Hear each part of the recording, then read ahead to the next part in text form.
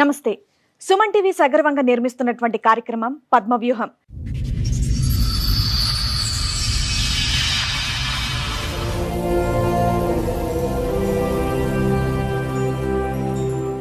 మరి ఈ కార్యక్రమాన్ని సమర్పిస్తున్నారు 6JVR జమలాపురం వారి రత్నాంజలి.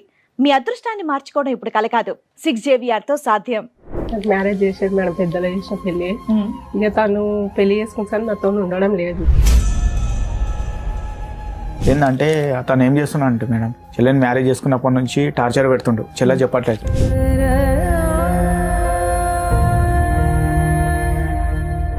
నాకు ఏం లేదు మేడం, ఇప్పుడు అందరు వాళ్ళు బయట పడ్డారు మేడం. నా వల్ల ఫస్ట్ టార్చర్ చేస్తుంది మేడం. మమ్మీ చూసి పెరాలిస్ వచ్చింది, డాడీ స్ట్రోక్ వచ్చి చనిపోయాడు.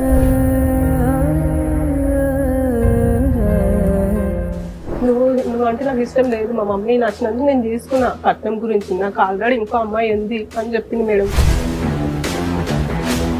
అమ్మ మంచుకున్నప్పుడు మేడం అమ్మ దగ్గర మాయ మాటలు చెప్పి 5 లక్షలు తీసుకుండు. నేను అడగంగా నాకు 1,20,000 రాసి ఇచ్చింది మేడం. ఇప్పుడు అమ్మ మాట్లాడలేని పరిస్థితి. అమ్మా, మీరు దగ్గర ఒక 500 మందిని పిలిచి భోజనాలు పెట్టారు. కనీసం మీ ఏరియాలో పెద్ద మనుషులు గాని వీళ్ళు గాని వచ్చి ఎవడ అడగలేదా? మాయం ఏం జరగాలి మేడం? ఏంటంటే మా పరిస్థితి ఏంటంటే మేడం, మా మమ్మీ చూస్తే అట్లా మా మమ్మీని చూసుకోవాలి మేము. నేనేమో ఆటో నడుపుతా మేడం, కిరాయి ఆటో నడుపుతా. చూసుకుంటాను మేడం. ఏం ఇప్పుడు ఒక్క అమ్మ తీసుకుని ఉన్న డబ్బు అంతా ఆయనకి ఇచ్చిరు. ఆ డబ్బు ఇస్తలేడు, ఇక్కడ నాకేం న్యాయం చేస్తలే మేడం. నాకు విడాకులు అని తెలియజేస్తాను.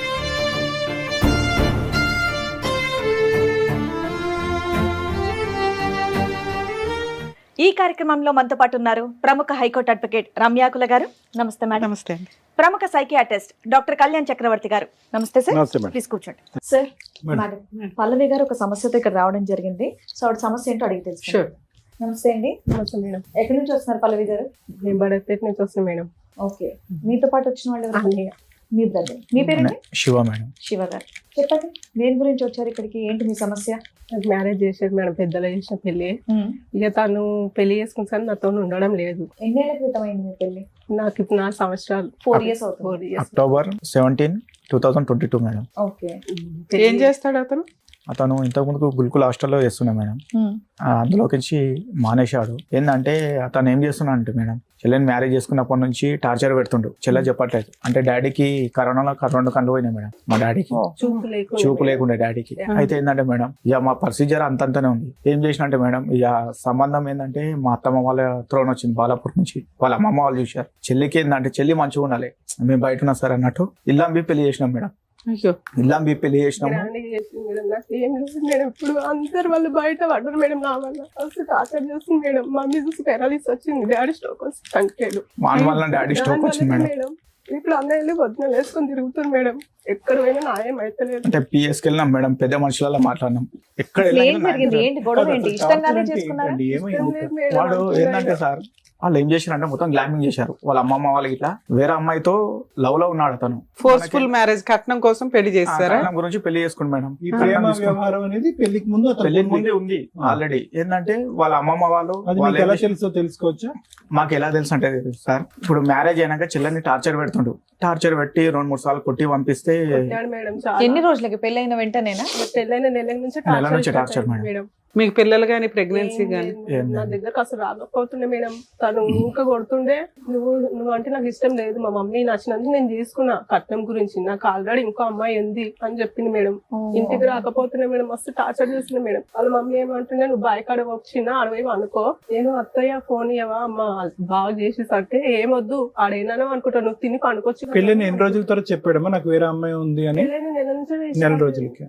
ఫస్ట్ నెల రోజులు బాగున్నారా? పోనీ దగ్గరికి రావడం గానీ? దగ్గర ఏం లేదు మేడం, దూరం. అప్పుడే నువ్వు ఆల్రెడీ వీళ్ళకి చెప్తావు కదా దగ్గరికి రావట్లేదు, ఫస్ట్ నైట్ జరగట్లేదు అని. చెప్పిన మేడం, చెప్పిన ఊట్లా ఇంకా ఆయన నాకు ఇష్టం లేదు, నేను దూరం ఉంటా, ఫస్ట్ నైట్ కి వెళ్ళినా కూడా నేను ఏం చేయాలి నీకు అన్నాను. ఏం చేస్తూ ఉంటాడమ్మా అతను? ఇప్పుడైతే ఖాళీగానే ఉంటుంది మేడం. అప్పుడు ఏం చేసేవాడు?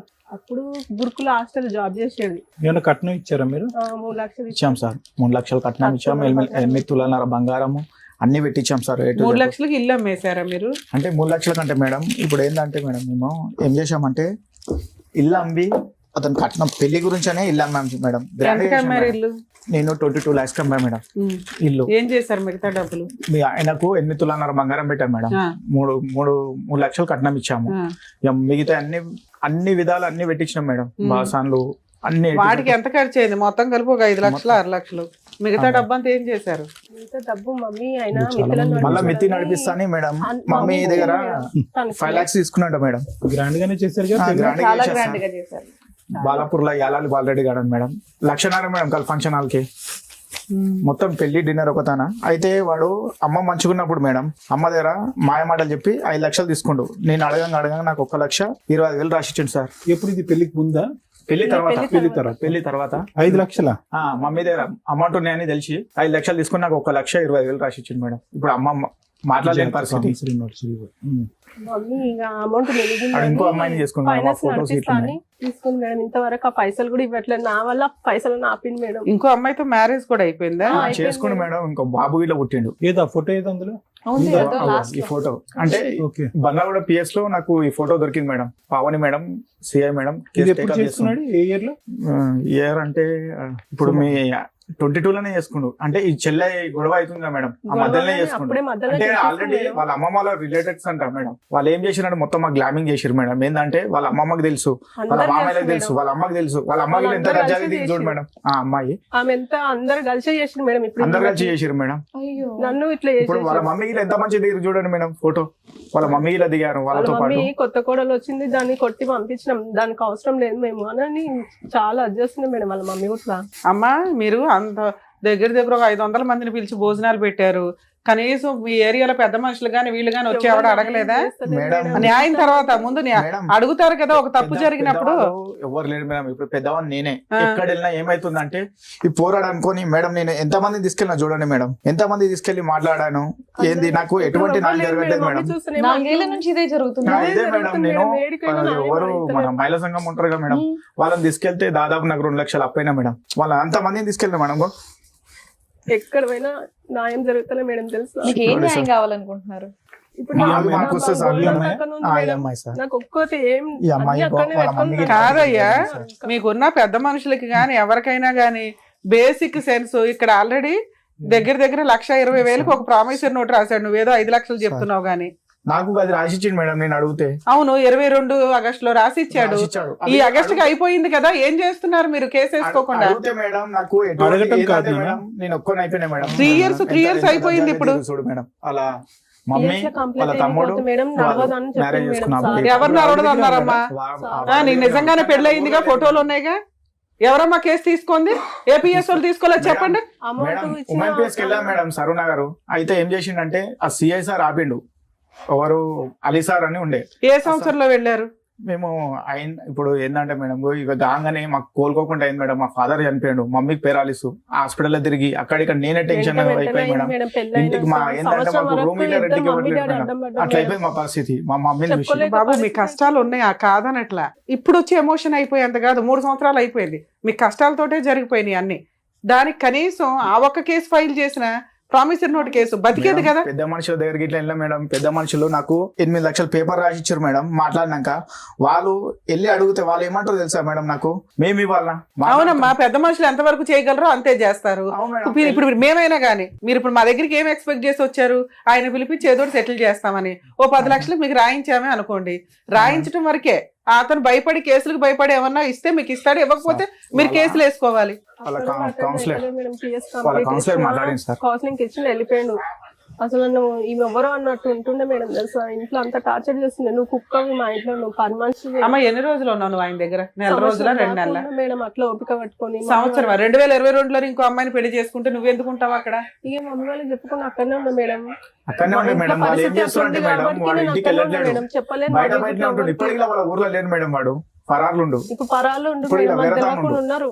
ఆ అమ్మాయి ఎక్కడ ఉంది? ఆ అమ్మాయి ఎక్కడ ఉందో తెలుసా?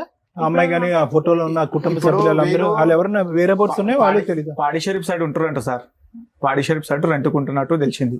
అవును తెలిసింది, కానీ ఇప్పుడు ఫోన్ గట్ట ఏమని ఫోన్ ఉంది సార్, అతను ఫోన్ నెంబర్ ఉందా? ఫోన్ ఉంది, లైవ్ లోనే ఉందా నెంబర్? లైవ్ లోనే ఉంది సార్.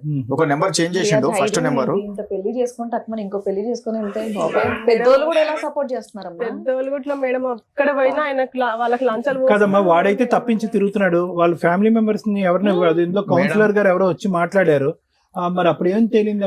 కౌన్సిలర్ ఏమంటుండే తెలుసా సార్, ఇప్పుడు పెద్ద మనుషులలో మాట్లాడినప్పుడు మేము రామంటుండు, కౌన్సిలర్ ఏమంటుండే అంటే, అరే బాబు నువ్వు చేసిన తప్పు, ఎందుకంటే పిఎస్ఓలు వచ్చారు నా దగ్గరికి ఇన్క్వైరీకి, ఇట్లా నువ్వు ఇంకో మ్యారేజ్ చేసుకున్నావు, వాళ్ళకి ఇట్లా ఏమంటారు, నువ్వు ఆ అమ్మాయికి ఒక సంబంధం చూసి చెయ్యన్నారు, అంతకు మేము చేయమన్నారు, మేము నీ వాళ్ళ వచ్చి మేము దెబ్బలు తినాలి అన్నట్టు కౌన్సిలర్ ఇలా రావట్లేదు సార్. అంటే వెళ్ళి మాట్లాడతామంటే ఎవరు ముందడుగేస్తలే మేడం. అమ్మాయి ఇట్లా అయింది కదా నీదే తప్ప అని అందరు వాళ్ళనే తిడుతున్నారు మేడం. ఊర్లో కూడా తెలుసా, నువ్వు మంచిగా ఉంటే అమ్మాయి బయటకు ఎందుకు వెళ్తుందిరా, నువ్వే చేసినావు ఇదంతా అని తననే అన్నాడు మేడం. ఏ పెద్ద మనిషి అనడంగానే ఇంకా న్యాయం ఏం జరిగిందని.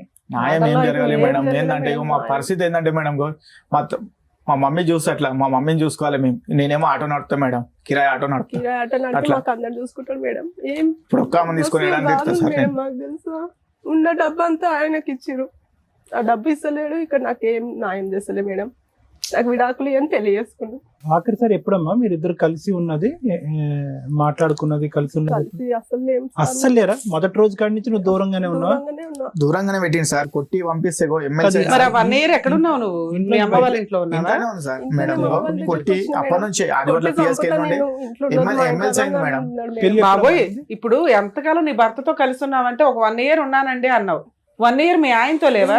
పోతుండే మేడం డ్యూటీ కానీ నైట్ డ్యూటీ మేడం. సరే ఒక రోజు కాకపోతే ఒక రోజు కూడా వస్తావా? వాళ్ళ ఇంట్లో నేను వాళ్ళ ఇంట్లో ఉన్నావు కదా? వాళ్ళ ఇంట్లో ఉన్నా కానీ అతనితో మాటలు గానీ కలవటం గానీ లేదు. 1 year వాళ్ళ ఇంట్లో అయితే ఉందా? 1 year ఉంది మేడం. ఉంది. ఇంకోటి ఏంటంటే మేడం, వాడు రాకపోతుండే ఇంటికి. మరి ఎవరుండే వాళ్ళ ఇంట్లో? వాళ్ళ మమ్మీ ఉంటుండే, మరిది ఉంటుండే. కొట్టి ఎట్లా వెళ్ళిపోతుంది అన్నట్టు కొట్టేసి సార్, కొట్టి పంపిస్తే ఎమ్మెల్సీ వాళ్ళ మమ్మీ ఎఫ్ఐఆర్ అయిందా ఏమన్నా? ఎఫ్ఐఆర్ అయింది మేడం. ఏది చూపించండి ఎఫ్ఐఆర్. ఎఫ్ఐఆర్ కాపీ ఉందన్న ఉంది. ఈ ఎమ్మెల్సీ తర్వాత ఉందిగా, క్యాజువాలిటీ ఓపీడీ ఉంది. ఇది ఎప్పుడు 23లో కదా సార్? ఈ ఫ్యామిలీ కౌన్సిలింగ్ వచ్చాడన్నా ఈ సార్. అతను ఏం చేస్తుండంటే, మేము వెళ్ళినప్పుడు రావట్లేడు, ఆ సిఎస్ఆర్ తో కాంటాక్ట్ చేసుకుండు. మేము ఈరోజు వెళ్ళి కూర్చున్నాము, నెక్స్ట్ డే వెళ్ళినాం కూర్చున్నాం, ఆ రోజు రావట్లేడు, సార్ ఇన్ఫర్మేషన్ ఇస్తుండు. మళ్ళీ నెక్స్ట్ డే ఏం చేస్తుండంటే, నెక్స్ట్ డే మేము పోయిన రోజు వస్తుండు, సార్ ఏమంటుండు, వచ్చి నాతో కలిసి వెళ్ళిపోయాడు అంటుండు. అదేందో అర్థం కావట్లేదు మేడం. మీరు ఇంకే లాయర్ చేత ఏ కేసులు వేయలేదు, డొమెస్టిక్ వైలెన్స్ కానీ మెయింటెనెన్స్ కానీ? అదెందుకు బాబు, ఇప్పుడన్నా వేయాలి కదా మేడం. మాకేం తెలియదు మేడం, ఇప్పటి వరకు మేము పిఎస్ బాబు. ఇక్కడ ఒక టీవీ షో ఉందని తెలిసింది, ఎంత దూరం మీ అమ్మగారు పెరాలసిస్ అని తెలిసిన ఆటోలో పెట్టుకుని తీసుకొచ్చారు. ఏ సింపతి గెయిన్ చేద్దామనో నాకు అర్థం కాల. దానికి ఒక పద్ధతి ఉంటది కదమ్మా. ఇప్పుడు ఆవిడ వచ్చి ఏం చేస్తారు, మీ వైఫ్ వచ్చారు, ఆవిడ వాళ్ళిద్దరు ఇంటి దగ్గర ఉండొచ్చు, మీరు ఏం అడగాలనుకుంటున్నారు అనేది ఇక్కడికి వచ్చి మాట్లాడొచ్చు. అందరి దగ్గరికి పేపర్లు ఇవి అవి వేసుకుని వెళ్తున్నారే తప్ప రిజల్ట్ ఏంటి అనేది ఒక స్టేజ్ లో, రెండో స్టేజ్ లో అర్థమైపోవాలి కదా. 3 years 4 years ఈ రోజులో తెలియకపోవడం ఏంటి సార్? లా అనేది యూట్యూబ్ చూస్తున్నా తెలుస్తుంది. తెలియకేం కాదు, ఊరికే అయిపోవాలి నిమిషాల్లో. కాదు మేడం. ఆల్రెడీ మాకు ఏం చేశారంటే, వాళ్ళు మధ్యలో ఉన్న వాళ్ళు ఏం చేశారంటే మాకు అక్కడనే ఆపారు మేడం. ఇప్పుడు మేము మహిళా సంఘం వాళ్ళతో మాట్లాడడం కదా, మహిళా సంఘాలతో ఆపారు, ఒక 2 నెలలు ఆపారు. తర్వాత 2 నెలలు ఇదే. తర్వాత పెద్ద మనుషులు ఆపారు, 2 నెలలు ఆపారు. తర్వాత ఇంకో పెద్ద మనుషులు వెళ్ళారు, 2 నెలలు ఆపారు. పోలీస్ స్టేషన్ కి వెళ్ళారు, 3 నెలలు ఆపారు. ఉమెన్ పిఎస్ కి వెళ్ళారు, 2 నెలలు ఆపారు. మేడం మా ఫాదర్ చనిపోయింది మేడం మధ్యలో, మా మమ్మీ. ఆ తర్వాత సంగతి చెప్తున్నా, ఈ 2 years పంచాయతీ చెప్తున్నా. కౌన్సిలర్ వచ్చారు, 2 నెలలు ఆపారు. తర్వాత ఏంటి, అన్ని అయిపోయినాయిగా. ఈ టీవీ షోకి రావడానికి ముందు ఆ క్లైమాక్స్ కి మధ్యలో ఏం చేశారు చెప్పండి? మధ్యలో అంటే మేడం ఈ కోర్టుకే తిరుగుతున్నాం మేడం. జడ్జి మేడం ఏ కోర్టుకి తిరిగారు? ఏం కేసు? 498 కేసు మీరు తిరగాల్సిన పని లేదు. మీరు అడ్డంగా మోసపోయారు, మాకు అర్థం అవుతుంది. ఆ పెద్ద చీటర్ చేతిలో పడ్డారు. ఆ కుటుంబం అక్కడ అంత సీన్ లేదు, ఇక్కడ మీ దగ్గర అంత సీన్ లేదు. ఏదో ఒకటి జరిగి మీకు 8 లక్షలు ఇవ్వడానికి వాళ్ళ దగ్గర ఏమున్నాయి? వాళ్ళ దగ్గర 8 లక్షలు ఇచ్చారు. మరి మీ ఏరియాలో పెద్ద మనుషులు 1 ఎకరం మీరే వాడుకోండి అని మిమ్మల్ని అనలేదా? ఏం మాట్లాడతలేదు మేడం, మేడం. మేము- ఎందుకు మీకు ఎందుకు న్యాయం చేయట్లేదు? ఇంత ఎవిడెన్స్ ఉన్నాయి. మేడం, మేము ఏంటంటే మా తప్పు ఏంటంటే మేడం, మేము గైక్నార్లో ఉంటుండే ఫస్ట్. అక్కడ నుండి ఇల్లు ఇక్కడ తీసుకున్నాం, బడంపేటలో తీసుకున్నాం. అట్లా మాకేందంటే అక్కడ పెద్ద మనుషులు ఎవరు తెలియదు మేడం, తెలియదు మేడం. మాత్రం ఎవరు రావట్లేరు. అది మాకేందంటే అక్కడ లీడర్ ఇట్లా సపోర్ట్ బేసిక్ ఒక లాయర్ ని పెట్టుకోవచ్చు. ఎవరికి మీ కేసులు మీరు అదొచ్చు వేసుకున్న మేడం. 3 ఏళ్ళకి వాడే కోర్టు చుట్టూ తిరుగుతానికి వస్తారు. తప్పదు, ఎక్కడికి పారిపోవడం కుదరదు. కోర్టులో కొంచెం లేట్ అవుతుందేమో కానీ న్యాయం జరిగిద్ది, అంతే. జరగాల్సిందే. జరగడానికి ఉన్న ఒకే ఒక్క క్లైమాక్స్ దారి కోర్టు. కనీసం ఫ్రీ సర్వీస్ లో అని మొత్తుకుంటున్నాం మేము. దగ్గర 3 years 4 years నుంచే ప్రతి ఎపిసోడ్ లో చెప్తున్నాం. అడ్వకేట్లు పెట్టుకోలేని వాళ్ళే ఇక్కడికి వస్తున్నారు, మాకు అర్థం అవుతుంది. కానీ సోమవారం ఫ్రీ ఏదైనా అడ్వకేట్లు, గవర్నమెంట్ ప్రొవైడ్ చేసిన లీగల్ సెల్ అథారిటీలు, లోక్ అదాలతులు ఇన్ని ఉన్నాయి. ఫలానా అడ్రస్ అని క్లియర్ గా చెప్తుంటే కూడా ఇక్కడైతే దొరికేస్తారు కదా అని వస్తున్నారు. ఓకే, అప్పుడు కూడా మేము ఎక్స్ప్లెయిన్ చేస్తున్నాం. మీరు ఏం పోరాటం చేశారని ఏమీ చేయలే. బేసిక్ ఒక్క 498 వేశారు. అక్కడ ఏదో అయిపోవాలంటే ముందు అక్కడ ఉండాలి డబ్బు. అక్కడ ఉన్నా వాడు ఇవ్వట్ల, ఆస్తులు ఉన్నాయి ఇవ్వట్ల. అప్పుడు మనం ఏం చేయాలి? ఒక్క డీబీసీ ఎన్ని కేసుల్లో చెప్తున్నాం, ఆ కేసులు వేసుకుని వసూలు చేసుకోవాలి. అడ్వకేట్లు పెట్టుకోలేము. మీరు పోలీస్ స్టేషన్కి వెళ్ళినప్పుడే నెక్స్ట్ స్టెప్ చెప్తారు. బేసిక్ ఇవి తెలుసుకోవాలి కదా. మీ హక్కులు మీకు తెలియకపోతే ఎట్లా? ఇక్కడ మీ మీద మాకు కోపం కాదు, అరే ఎంత అన్యాయం జరిగినా వీళ్ళకి పోరాటం రాలేదేంటా అని. ఎవరో పోరాడాలా మీకోసం. ఇక్కడ మేము దొరికాం, వచ్చేసారు, అయిపోయాయి. పెద్ద మనుషులు దొరికారు, అయిపోయాయి. ఎవరికన్నా ఏం అవసరం అంతంత టైం స్పెండ్ చేయడానికి? మీ కష్టం కోసం మీరే అరే కొంతకాలం మేము పోరాడాలి, మనకు ఒక లా రూల్స్ రెగ్యులేషన్స్ ఉన్నాయని మీరు అనుకోకపోతే ఎట్లా? వింటే మాకు బాధ చేస్తుంది. మేము ఇప్పుడే వచ్చేసి చేసేస్తామని మాటలు ఇస్తామని అనుకోకండి. ఎందుకంటే మీరు ఏదైనా పోరాటం చేసి అరే ఇది పర్ఫెక్ట్ కేసు, మనం వెళ్ళకపోతే పని అవ్వదు అన్న వాటికి వస్తాం. మీరు బేసిక్ పనులే చేయాలి. అప్పనంగా అయిపోవాలి. మాకు బోడని కష్టాలు ఉన్నాయంటే కష్టాలే ఉంటాయి అందరికీ. కష్టాలు లేనివాడు ఎవడో ఒకళ్ళు చెప్పండి. రమ్య గారికి కష్టాలు లేవు, మేడంకి లేవో, సార్కి లేవో, ఎవరికి రేంజ్లో వాళ్ళకు ఉంటాయి. పోరాడాలి, వెళ్ళాలి. పోనీ ఖర్చు పెట్టుకోం. ఫ్రీ అడ్వకేట్లు ఉన్నారని ఎన్ని చోట్ల చెప్తున్నాం. పోనీ ఇప్పుడు కూడా చెప్తా, అలా అన్న ప్రయత్నించండి. ఇంకేమైనా ఉందా శివ చెప్పడానికి? ఏం లేదు సార్, అదే ఉంది సార్. ఏం కోరుకుంటున్నారు? మాది ఏం లేదు సార్, మా పెట్టినే ఇచ్చేస్తే సరిపోతుంది. ఎందుకంటే ఆమెకి ఒక చూసి ఇవ్వాలి కదా సార్. మాకేందంటే ఇప్పుడు ఇంట్లో ఇప్పుడు మేము రెంట్కుంటా సార్. నేను ఏంటంటే ఇప్పుడు మా వైఫ్ బాధలన్నీ అర్థమైంది. ఇప్పుడు కష్టాలు బాధలు అన్ని అర్థమైంది. ఆర్థికంగా మోసపోయారు, మానసికంగా చితికిపోయారు. చాలా దారుణాతి దారుణం. Clear cut.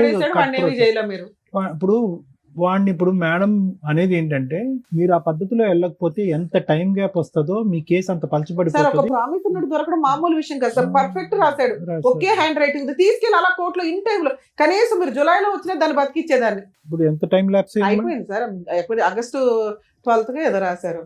3 years అయిపోయింది August 12th 2025. With in 3 years madam. అవును సార్. ఇప్పుడు అది పట్టుకుని తిరుగుతున్నారు అంటే అది ల్యాప్స్ అయిందని మీకు తెలుసా? అది టైం ల్యాప్స్ అయిందని, దానికి 3 సంవత్సరాల వ్యాలిడిటీ ఉంటుందని తెలుసా మీకు? అది కూడా తెలియదు. వీళ్ళకి అన్ని తెలుసు సార్. అడ్వకేట్ పెట్టుకోలేక ఏ అడ్వకేట్ దగ్గరికి వెళ్ళాలా వీళ్ళని. అంటే ఏంటి ఖర్చు అవుతుందా? అడ్వకేట్ల ద్వారా ఖర్చు అవుతుంది.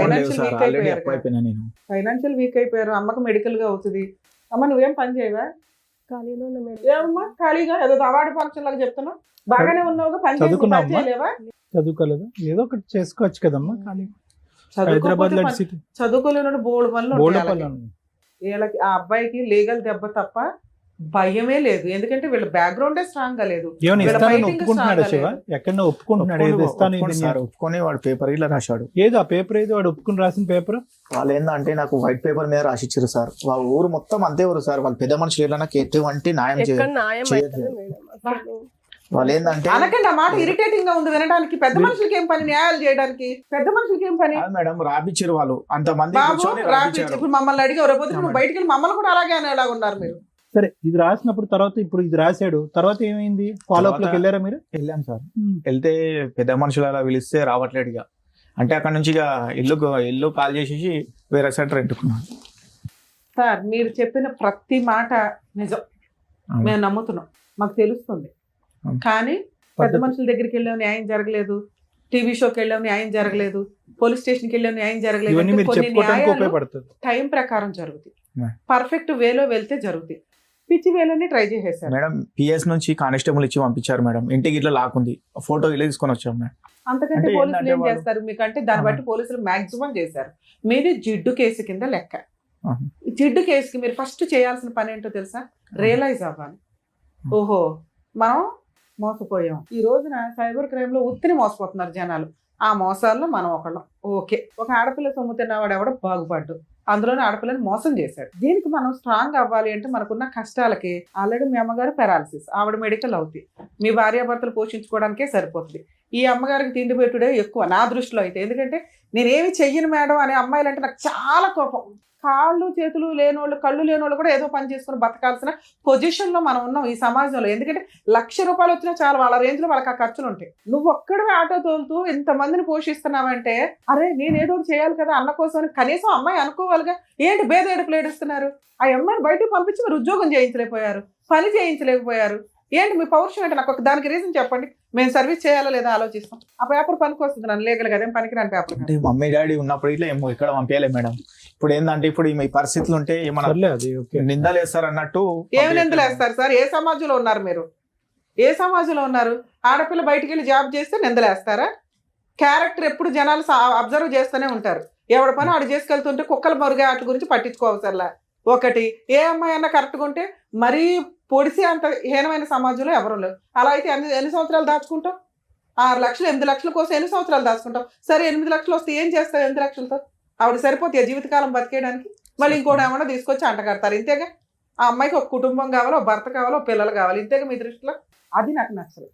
మీ కేసు నేను ఎందుకు ఎమోషన్ రీచ్ అవ్వట్లేదంటే అరే వీళ్ళకి ఎన్ని కష్టాలు ఉన్నాయి, మారాలనే అనుకోవట్లా. ఛాన్స్ ఉంది, స్టామినా ఉంది. ఈ మ్యారేజ్ ఏంటంటే అమ్మా మొదటి రోజు నుంచి ఇది 1 వే ట్రాఫిక్. ఏదైతే కనుక అనాలిసిస్ ఆర్ ఇన్వెస్టిగేషన్ పెళ్లికి ముందు జరగాలో అది బహుశా ఏంటంటే అంత క్లోజ్డ్ సీక్రెట్ ఏమీ కాదు. ఆ వ్యక్తి ఏంటి, వ్యక్తిత్వం ఏంటి, ఇంత బహిరంగంగా ఒక అమ్మాయితో ఫోటోలు తీసుకున్నటువంటి వాడు ఆ ఊరు వాడు ఆ చుట్టుపక్కల ఇరుగు పొరుగులు ఏమన్నా లవ్ స్టోరీ నడిచిందంటే కనుక ఖచ్చితంగా చెప్తారు. ఎంత బహిరంగంగా ఉందో చూడండి. అది ఫోటోలు కానీ ఇవి కానీ ఆ పెళ్లి కానీ చాలా ఆడావిడంతా మామూలుగానే ఉంది. కుటుంబ సమేతంగా అమ్మాయిని దగ్గరుండి పెళ్లి చేశారు. అంతా చాలా కథ నడిచింది. ఇటొచ్చి ఏంటంటే కనుక వాడిని ఊరికనే ఒక మగాడిని అలా వదిలిపోయకూడదు, వాడిని మార్కెట్లో పెట్టాలి, మార్కెట్లో పెట్టి వాడు ఎంఆర్పి ఎంతో కనుక్కోవాలి. సో ఆ ఎంఆర్పి ప్రకారం మీరు 3 లక్షలు ఇచ్చారు, ఘనంగా పెళ్లి చేశారు, ఒక ఇంటోడు అయ్యాడు. వాడు ఏమనుకున్నాడంటే వచ్చిన కాడి నుంచి మిమ్మల్ని తోలుబొమ్మలు అట్లాగా ఇంట్లో ఒక మనిషిలాగా పెట్టి ఉద్యోగం సద్యోగం అనుకుంటూ ఊరు వాడ తిరుగుతూ వేరే సెటప్ పెట్టుకుని అక్కడ కాపురం చేశాడు. ఆ 1 ఇయర్ పాటు కేవలం వాడు 1 ఇయర్ పాటు చేసింది ఏంటంటే కేవలం నీకేంటంటే ఇమోషనల్ గా విరిగిపోయేటట్టు చేశాడు. దొరికినట్టు అందనట్టు బయట ఉంటూ ఏంటి అసలు మొగుడు అనేవాడు ఉన్నాడా, ఒంట్లో ఉన్నాడా అంటే ద ప్లాన్. నేను అనేది ఏంటంటే ఈ విధంగా వచ్చేటటువంటి వాళ్ళకి ముందు నుంచి clear cut plan of action ఉంటుంది. ఈ ప్లాన్ లో కేవలం వాడు ఒక్కడే భాగస్వామి కాదు, మొత్తం కుటుంబ సభ్యులు అందరూ భాగస్వామి. ఎందుకంటే కనుక అరే సమాజం గురించో కట్నం గురించో మనం పెళ్ళైతే చేస్తాము, తర్వాత నువ్వు ఆడుకుంటావో పాడుకుంటావో నీ ఇష్టం, ఆ అమ్మాయిని ఉంచుకుంటావో పంపిస్తావు నీ ఇష్టం అని చెప్పి. ఇక్కడ చూసారా ఏమైందో? కొట్టడం అనేటటువంటిది ఒకసారి జరిగింది, కానీ ఇమోషనల్ గా మాత్రం సఫికేట్ చేశారు. నేను ఇమోషనల్ గా సఫికేట్ చేయటం అంటే కనుక ఏమవుతుందో అక్కడ నీకు తెలియదు, గందరగోళం. పెళ్ళైన కాడి నుంచి ఫస్ట్ నిన్ను నువ్వు పూర్తి స్థాయిలో అర్థం చేసుకుని నిన్ను పూర్తి స్థాయిలో అతనికి ఇంట్రడ్యూస్ చేసుకునే లోపలే నీకు వేరే అమ్మాయి నా జీవితంలో ఉందని ఇంట్రడ్యూస్ చేశాడు. తర్వాత ఇంకా అక్కడి నుంచి అరే వేరే అమ్మాయి ఉందా అనేటటువంటి ఆలోచన నీకు పూర్తి స్థాయిలో జీర్ణించుకునే లోపలే ఇంట్లోకి రావటం వెళ్ళటం ఇవన్నీ జరిగింది. అంటే నేను అనేది ఏంటంటేనమ్మా ఇక్కడ 2 మిస్టేక్స్. ఓకే, ఒలిగిపోయినటువంటి గ్లాసులోంచి ఒలిగిపోయినటువంటి పాలు గురించి ఆలోచించేది ఏంటి, మిగిలినటువంటి పాలు తాగి కడుపు నింపుకోవచ్చు కదా అనేది ఒక సామెత. అంటే ముందు జరగవలసినటువంటి ఇన్వెస్టిగేషన్ జరగలేదు, ఎవడో ఒకడు వచ్చాడు, పూర్తి స్థాయిలో కుటుంబ సమేతంగా అందరూ వచ్చి మీ కుటుంబ సమేతంగా అందరినీ మోసం చేశారు. మామూలు అసలు ఒక దిగు స్థాయి అంటే ఆర్థికంగా లోవర్ క్లాసులో ఉండేటటువంటి మీరు అసలు ఆ పెళ్లి చూస్తే కనుక ఎవరికన్నా కళ్ళు బయర్లు గమ్ముతాయి. ఎంత ఘనంగా చేశారు అసలు ఎంత ఘనంగా చేశారు, ఇంకో 10 ఏళ్ళు బతికేయచ్చు రకంగా ఘనంగా చేశారు.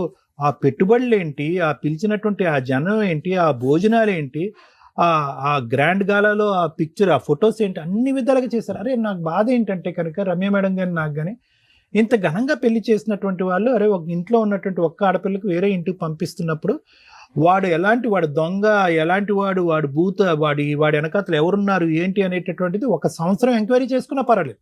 అంటే నీలాంటి ఆడపిల్లలు ఎవరైనా కూడా అరే ఈడేదో జాబ్ చేసేస్తున్నాడు, హైట్ ఉన్నాడు, వెయిట్ ఉన్నాడు, కుటుంబం అంతా కూడా మంచిగా అనిపిస్తుంది అని చెప్పి ఈ పైకి కనిపించేటటువంటి హంగులు కాకుండానే లోతుగా వెళ్ళి ఇన్వెస్టిగేట్ చేయడానికి ట్రై చేయండి.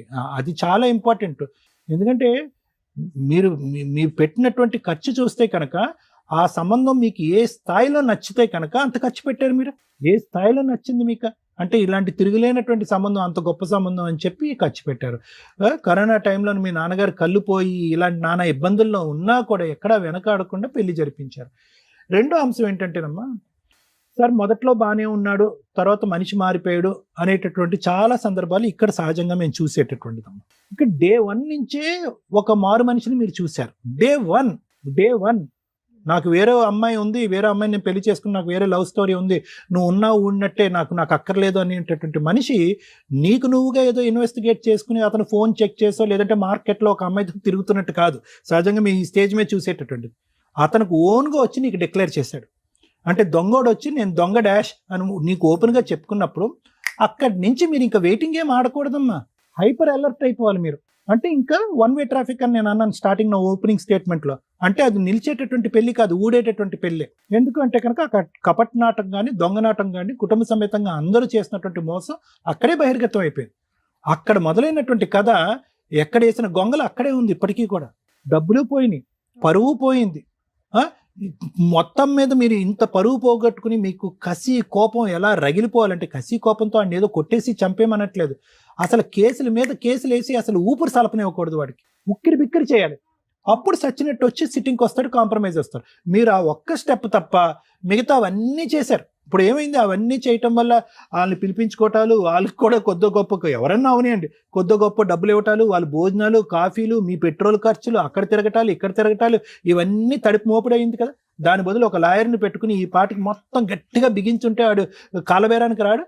ఇప్పుడు వాడికి అర్థమైపోయింది. ఇందాక నుంచి ఏమంటున్నారంటే మేడం కానీ నేను కానీ మిమ్మల్ని సైకలాజికల్గా బలహీనం చేసి మిమ్మల్ని అన్ని పద్ధతుల్లోంచి వెళ్ళేటట్టు చేసి, ఏ పద్ధతుల్లో అయితే కనుక మీరు వెళ్తే ఖచ్చితంగా ఓడిపోతారు అన్ని పద్ధతుల్లో మిమ్మల్ని పంపించేటటువంటి విధంగా చేసి, ఎక్కడికి రమ్మన్నా ఆ పంచాయతీకి వచ్చి, ఎక్కడ సంతకం పెట్టమన్నా అక్కడ సంతకం పెట్టి, ఆఖరికి మీ పరిస్థితిని ఎలా క్రియేట్ చేశాడు అంటే కనుక మీరు తప్ప మీరు ఏమీ చేయలేరు. ఊరికనే చూడండి, మీ బ్రదర్ బహుశా అతని జీవితకాలం సరిపోదేమో అన్ని ఎవిడెన్స్లు కలెక్ట్ చేసుకున్నాడు. వచ్చిన కాడి నుంచి ఎవిడెన్స్ల మీద ఎవిడెన్స్లు చేస్తున్నాడు. బయట పేపర్లోనే ఇన్ని ఎవిడెన్స్ ఉన్నాయి, అతని ఫోన్లో స్టోరేజ్ కూడా నిండిపోయింది మొత్తం. అన్ని ఫోటోలు గిటోలు, సఖీ దగ్గర ఫోటోలు అన్నీ. అంటే ఇన్ని ఆధారాలు పెట్టుకుని ఆ ఆధారాలన్నీ ఏం చేశారంటే బీరువాలో పెట్టి తాళం వేసి జోబులో పెట్టుకుని జోబులో నింపుకున్నాము. ఆధారాలన్నీ కూడా ఒక ట్రాక్లోకి వెళ్ళి ఒక పద్ధతిగా మీరు పట్టు బిగించుంటే కనుక ఈ పాటి గెలిచేసేవారు, మీరు అయిపోయి ఉండేది. ఎందుకు మీరు ఇంకా ప్రైవేట్ పంచాయతీలు, టీవీ షోలు ఇలాంటి వాటి మీదే ఆధారపడుతున్నారు అనేటటువంటిది మా బాధ. పోనీ కలవటానికి ఏమైనా అవకాశం ఉందా? ఎవరైనా కూడా యూజువల్గా ఇలా వచ్చి కూర్చునే వాళ్ళు ఎవరంటే, సార్ 3 years బాగానే ఉన్నాడు, తర్వాత ఒక అమ్మాయి ఎవరో పరిచయం అయిందో ఆ అమ్మాయితో కనెక్ట్ అయ్యాడు, మంచిగా ఉన్నటువంటి మగాడు తర్వాత మారిపోయాడు అనేటటువంటి చోట మనం ఏంటంటే ప్లాన్ బి, అది 2 వే ట్రాఫిక్. అంటే కలపాలన్నా కలపచ్చు, విడగొట్టాలన్నా విడగొట్టచ్చు, ఫైనాన్షియల్ కంపెన్సేషన్ కావాలన్నా తీసుకురావచ్చు. ఇక డే 1 నుంచి మీకు స్మెల్ తెలిసిపోయింది వీడు కరెక్ట్ కాదని చెప్పి. సో కాబట్టి ఏంటంటే ఇప్పటికైనా నేను చెప్పేది ఏంటి అంటే కనుక, దయచేసి ఈ వేదిక వరకు వచ్చినటువంటి మీరు అర్థం చేసుకోవాల్సింది ఏంటంటే, సానుభూతుల గురించో లేదంటే అయ్యో ఎంత అన్యాయం అయిందమ్మా, ఇంత నష్టం జరిగిందా అనేటటువంటి మాటల గురించో, మీ పనులు మేము చేసేస్తాం, డోంట్ వరీ, వాడిని పిలిపించి మేము సంతకం పెట్టించేస్తాం అని చెప్పి చల్లబొల్లు కబుర్ల గురించో మీరు దయచేసి ఈ బుట్టలో పడకండి.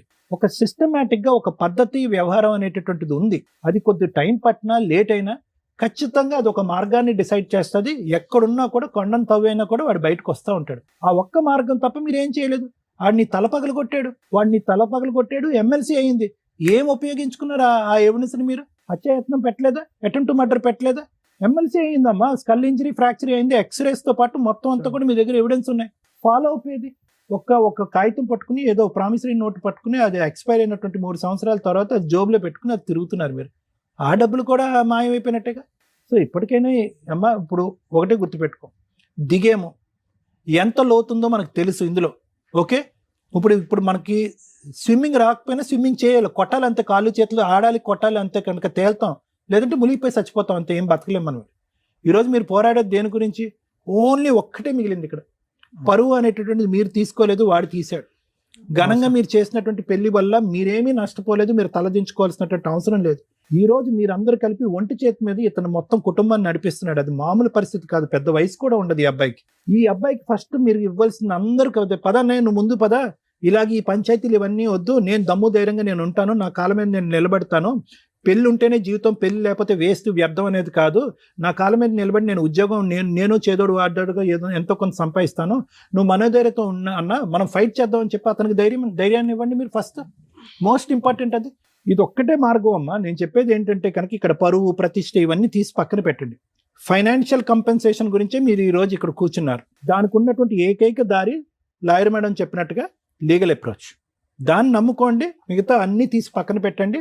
సుడో ప్రామిసెస్, ఫాల్స్ ప్రామిసెస్ మేము చేసేస్తామని ఎవరన్నా పెద్ద మనుషులు కూర్చుంటే కనుక ఎవరిని కూర్చోనివ్వద్దు. ఎందుకంటే అందరినీ కూడా టోపీ వేయగలిగేటటువంటి సమర్థుడు మీ సోకాల్డ్ భర్త.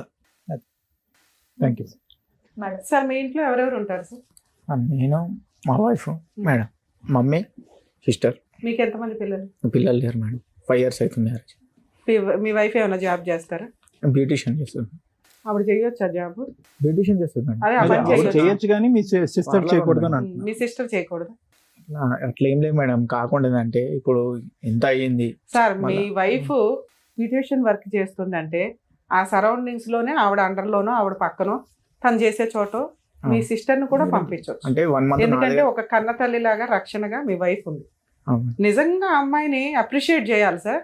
పెరాలసిస్ అత్తగారు, భర్త వదిలేసిన పాప మా అమ్మాయి తప్పేమీ లేదు, అయినా కూడా ఇలా ఒక ఆడపడుచుని ఎంటర్టైన్ చేస్తూ మీ ఇద్దరు కష్టార్జితంతో నలుగురిని పోషించుకుంటూ వెళ్తున్నారు చూసారా. మీకు ఓకే బ్రదర్గా మీకు ఓకే, మంచి బ్రదర్. ఈ మధ్య బ్రదర్స్ అంత ఎమోషన్ కనిపించట్లే. మీ వైఫ్కి హ్యాట్సాప్ చెప్పాలి. ఎవరు సార్ ఈ రోజుల్లో ఏ వదినండి బాబు ఎట్ట కూర్చోబెట్టి వంట ఇప్పుడు చేయగలిగితే ఇంట్లో ఏమైనా శుభ్రం చేసి వంట చేస్తుందేమో, అంతకు మించి ఇది అస్సలు నాకు నచ్చలేదు సార్. ప్లీజ్ నా రిక్వెస్ట్, మీ వైఫ్తోనే పంపిస్తారు. ఆడపిల్ల సంపాదించాలి, అవసరం వచ్చిన రోజు. ఆ అమ్మాయికి అవసరం వచ్చింది, 3 ఏళ్ళు కూర్చోబెట్టేశారు. సంపాదించి కాపురాలు నాశనం చేసుకోమని నేను చెప్పట్లా. ఎందుకు చదివించారు? ఇంటికి సంబంధించి అన్ని బాధ్యతలు టాలెంట్గా చేసుకొని వెళ్తుందని. అవసరం వచ్చిన రోజు ఫైనాన్షియల్ సపోర్ట్, తనని తాను పోషించుకోగలిగిద్దని. ఈరోజు తనని తాను పోషించుకునే పొజిషన్లో లేదు. మీ వైఫ్ కరెక్ట్గా లేకపోతే ఏడబోయేది?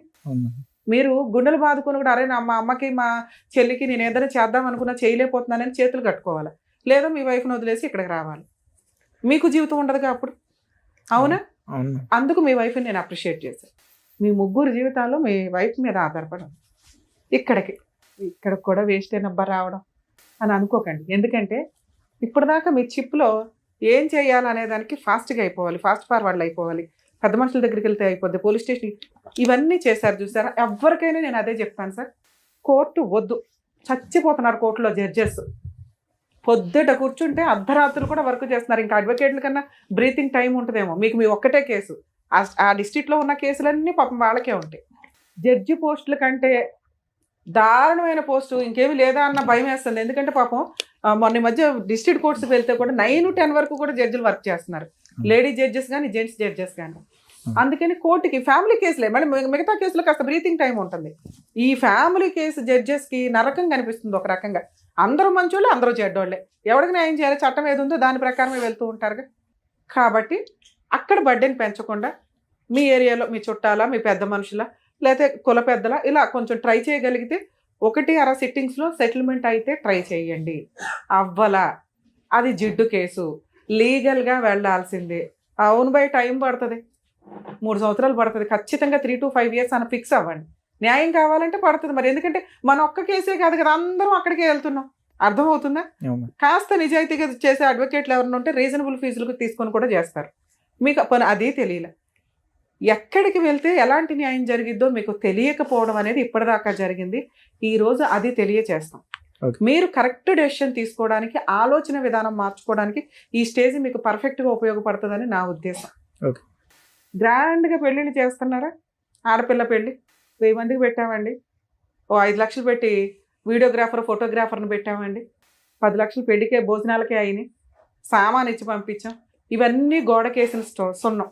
మీ రేంజ్ ఎంతో అంతే పెట్టండి. జీవితంలో ఒక్కసారే కదా పెళ్ళి అంటే ఆ పెళ్ళే నిలబడట్లా. మీకు ఫోటోలు వచ్చేసరికి అయిపోతుంది. ఇక్కడ పేరెంటాలు గ్రాండ్గా వచ్చి 1000 మంది తినేళ్ళారు, ఉపయోగం ఏముంది? అవన్నీ అబ్బాయి ఇస్తాడా? అబ్బాయికి ఏం పని? మేడం వాళ్ళ ఆ రేంజ్లో పెట్టమన్నారండి భోజనాలు, అందుకే పెట్టాం. అప్పుడు 50-50 అడగండి. మీకు మీ అమ్మాయి సెలబ్రేషన్స్ గ్రాండ్గా ఉండాలంటే మీ సొంత ఖర్చులతో మీరు పెట్టుకుంటున్నట్టే లెక్క తప్ప మీరు ఎట్టి పరిస్థితుల్లో వాటిని వాళ్ళ దగ్గర నుంచి క్లెయిమ్ చేసుకుందామంటే కుదరదు. వేస్టేజ్ ఆఫ్ ఇది. చట్టం ఏం చెప్తుందో తెలుసా? సాంప్రదాయాలను మీరు సింపుల్గా చేసుకొని రిజిస్టర్ మ్యారేజ్ చేసుకోండి అంటుంది. ఆ పని మనం ఎవడం చేయం. ఓకే, మనకు ముచ్చట సాంప్రదాయాలు అవన్నీ వెళ్తే బాగుంటుంది, బ్లెస్సింగ్స్ అలాగే చేద్దాం సింపుల్గా. మన తాహతి ఎంతో అంత. ఇల్లు అమ్మేసి ఆస్తులు అమ్మేసి చేసేది రేపటి రోజున రాకపోతే ఇదిగో చూసారా మానసిక క్షోభ. అవి రావాలని కాదు కదా మనం పెళ్లిని చేసింది, నిలబడాలని చేస్తాం. మరి వాటిని ఎట్లా క్లెయిమ్ చేస్తాం? డౌరీ, అసలు డౌరీ ఎందుకు వచ్చిందో తెలుసా? ఆ సిస్టమ్ ఇప్పుడు కాదు, సీతాదేవి దగ్గర నుంచి వచ్చింది. ఒకసారి పెళ్ళి అయిపోయి వెళ్ళిపోయినాక ఆ కుటుంబం స్త్రీ అయిపోద్ది కాబట్టి తను తన భర్త దగ్గర తలెత్తుకొని ఉండడానికి ఇక్కడ నుంచి కుటుంబం నుంచి పుట్టింటి నుంచి తీసుకెళ్లేది ఒక బ్లెస్సింగ్గా, ఇష్టంగా తీసుకెళ్లిన సారీ కాస్త నగలు కాస్త డబ్బు ఇట్లా కన్వర్ట్ అయ్యి డిమాండ్గా వెళ్ళిపోయి కిరసనాయిలు గ్యాస్ సిలిండర్లు చంపేసే స్టేజ్కి వెళ్ళింది. దానికి ఒక చట్టం, డౌరీ ప్రొహిబిషన్ యాక్ట్, అంత స్పెషల్గా తీసుకురావాల్సిన వచ్చిన పరిస్థితులు వచ్చినాయి. ఈ రోజున ఎవరన్నా డౌరీ అడిగితే దయచేసి పెళ్ళిళ్ళు చేసుకోకండి. లేదు మేడం మా ఏరియాలో సాంప్రదాయం, మీరేం తీసుకెళ్తారో అది మీ అమ్మాయి పేరు మీదే, అది ప్రాపర్టీలు అయినా క్యాష్ అయినా ఏదైనా గోల్డ్ రూపంలో తీసుకెళ్తుందా, ఇంతే. అలాగే శాలరీస్ ఒకటి చాలా డిస్ప్యూట్ నడుస్తున్నాయి ఈ మధ్య. ముందే మాట్లాడుకుంటే అమ్మాయి శాలరీ ఏం చేయాలి, తన అకౌంట్లో పెట్టుకుంటుందా, వాళ్ళ పుట్టింటికి పంపిస్తుందా, ఇద్దరు కలిపా. అమ్మాయి శాలరీ వచ్చి అమ్మాయి పక్కన పడుకొని ఓ ఇద్దరు పిల్లల్ని కానీ ఇట్లా ఉండవు. అమ్మాయి సంపాదిస్తుందంటే ఈక్వల్గానే మాట్లాడుతుంది, నచ్చితేనే అలాంటి అమ్మాయిని పెళ్లి చేసుకోండి.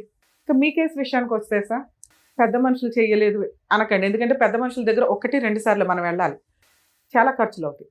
అడ్వకేట్ కంటే ఎక్కువ ఖర్చులు అవుతాయి, మీకు ఆ సంగతి తెలుసు, ఫేస్ చేశారు.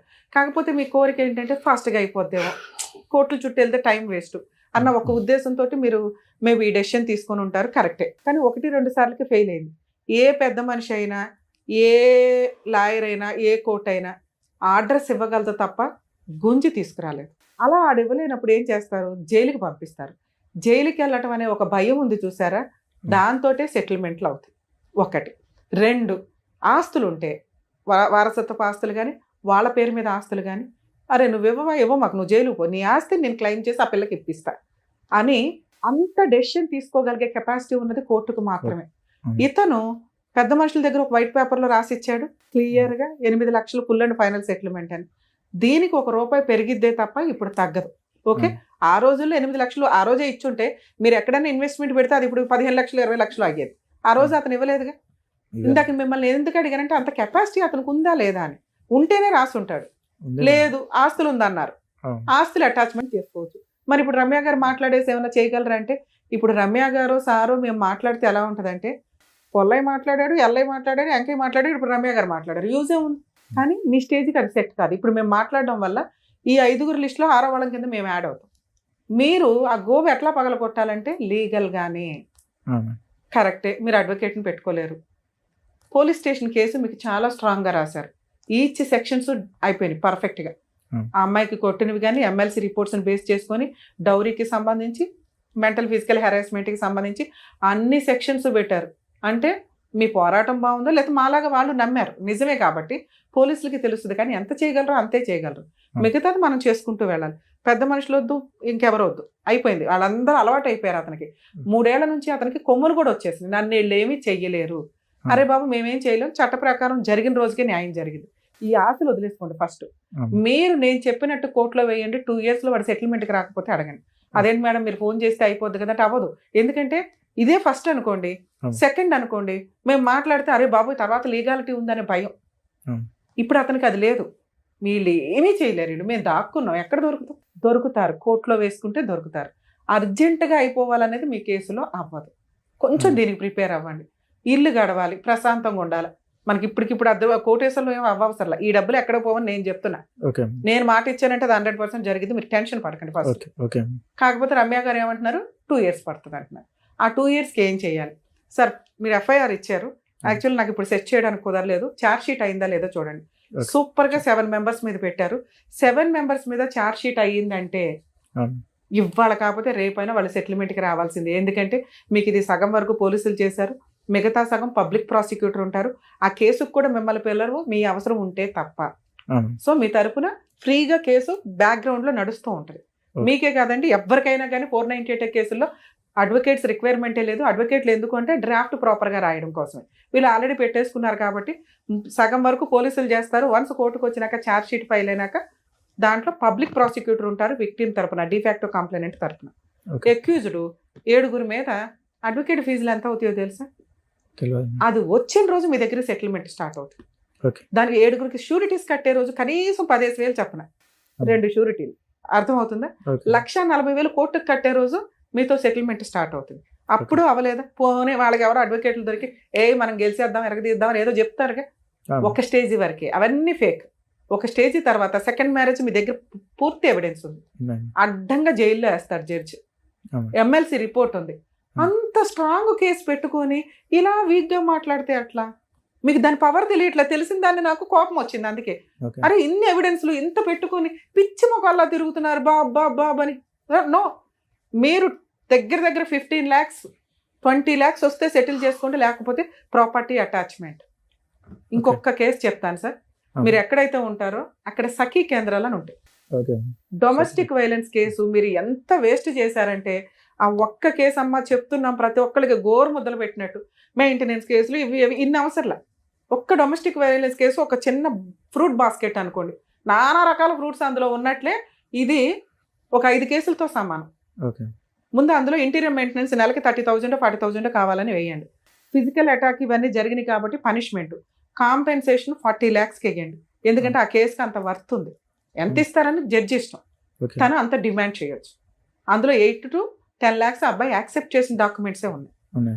నెక్స్ట్ మీ పెళ్లివి మీరు పెట్టిన సామాన్లు కలిపి కూడా కోర్టు ఆర్డర్ చేస్తారు. ఇది కాంపెన్సేషన్, అది marriage expenses, mental physical harassment అన్ని కలిపి నేను 40 lakhs అని చెప్తున్నాను. ఇది ఎక్కడ అంటే సఖీ కేంద్రానికి వెళ్ళి మీరు పోలీస్ స్టేషన్లో ఎలా అయితే బిహేవ్ చేస్తారో అక్కడ అలా బిహేవ్ చేస్తే government free legal aid provide చేస్తారు. అక్కడి నుంచి మీకు అడ్వకేట్. ఈ 2 వేసి మీ పని మీరు చేయండి. ఇలా పని చేయాలంటే సొసైటీ ఏమనుకుంటుందో, చుట్టుపక్కల అమ్మాయి ఏ తప్పు చేయలేదు సార్, ఈ రోజు అలాంటి అమ్మాయిలు దొరకట్లా మాకు క్యారెక్టర్ తోటి. ఎవరో ఏదో అంటారు గుచ్చుతారంటే ఎవరి పని అడుగుంది, వాళ్ళ పాపని వాళ్ళే పోతారు. అంత గబ్బును వేసుకుని వాళ్ళు తిరుగుతుంటే మనమేం అనలేంగా. అర్థం అవుతుందా? వాళ్ళు ఏదో అనుకుంటారు, వీళ్ళు ఎవడో చోపడు తిండి పెట్టరుగా. ఆ అమ్మాయిని గౌరవంగా నువ్వు జాబ్కి వెళ్తావు వెళ్ళవా, ఏదో ఒక పని. అసలు నెక్స్ట్ 1st తారీఖు నుంచి నువ్వు వెళ్ళావని చెప్పి నేను వినాలి ఆ మాట. ప్లీజ్ లేడీస్ ఇట్లా ఉండకండి తల్లి, అవసరమే లేదు. అన్ని పర్ఫెక్ట్ ఉన్నారు మీరు, మీ వదిలి చూసి నేర్చుకోండి. ఆ అమ్మాయి కుటుంబం కోసం వెళ్ళింది, ఆ పిల్ల బంగారం ఒక రకంగా. మరి మిమ్మల్ని తిట్టినా పడండి, ఎందుకంటే అంతే మీ కేసు అంతే. మీరు జాబ్కి వెళ్ళండి, మీకు తగ్గ మంచి వ్యక్తి రాసి పెట్టే ఉంటుంది ఎక్కడో అక్కడ. కానీ వీడంతా తేల్చండి ఫస్ట్, ఇది నా కోరిక. ఇక సఖీ కేంద్రం మీరు ఎక్కడ ఉంటారో చెప్తే ఆ అడ్రస్ నేను చెప్తాను. అంటే ఎక్కడికి వస్తుంది? సిటీ సివిల్ బాలాపూర్ పక్కన. అయ్యో బాబు, మీకు సరూర్ నగర్ ఉమెన్ పోలీస్ స్టేషన్కి వెళ్ళి ఉంటారుగా, వాళ్ళని అడిగితే కూడా చెప్తారు సఖీ కేంద్రం. దాంట్లో సఖీ కేంద్రం ఫోటో ఉంది కదయ్యా, సార్ నేను సఖీ అని ఫోటో తీసే సఖీ కేంద్రం కనుక్కుంటాను అంటున్నా. ఒకవేళ వెళ్తేనా ఒకసారి ప్లీజ్ వెళ్ళండి. నేను ఇప్పుడు చెప్పినట్టు అక్కడ ఇది 498 ఈ పేపర్స్ మీ దగ్గర ఉన్న ఎవిడెన్స్ అంతా ఒక సెట్ పెట్టుకోండి, అన్ని కేసులకి కావాలి. సో ఆ కేసుతో కూడా మ్యారేజ్ ఫొటోస్, వెడ్డింగ్ కార్డు, అమ్మాయికి సంబంధించింది, ఈ FIR కాపీలు, ఇక్కడే కంప్లైంట్ లో చెప్పారు అవి చెప్తూ ఇందాక నేను చెప్పిన డిమాండ్స్ అడగండి, ఫ్రీ అడ్వకేట్ని అడగండి. 100% ప్రొసీడింగ్స్ ప్రకారం మీకు 100% 15 lakhs అనే సెటిల్మెంట్ అవుతుంది. ఇప్పుడు నేను చెప్పిన వేలో మీరు ఫైట్ చేస్తే మీ ఫైటింగ్ మీరు చేయండి. ఇన్ కేసు ఒక 1.5 year కి ఏదైనా తేడా వస్తుంది, షో నడుస్తూనే ఉంటుంది మీ అందరి కోసం. ఓకేనండి. Sir, madam, thank you so much. మరి ఇంత గ్రాండ్ గా పెళ్లి చేసిన తర్వాత మరి ఇంతలా మోసం చేస్తారనేది నేను నిజంగా చూడడానికి వినడానికి చాలా షాకింగ్ గా ఉంది. అలాంటి వాళ్ళకి ఎలాంటి పనిష్మెంట్ ఇస్తే బాగుంటుంది అండ్ వీళ్ళకి ఎలా న్యాయం జరిగితే బాగుంటుందో చెప్పినందుకు థ్యాంక్ యూ సో మచ్. మరో కథతో మళ్ళీ కలుద్దాం.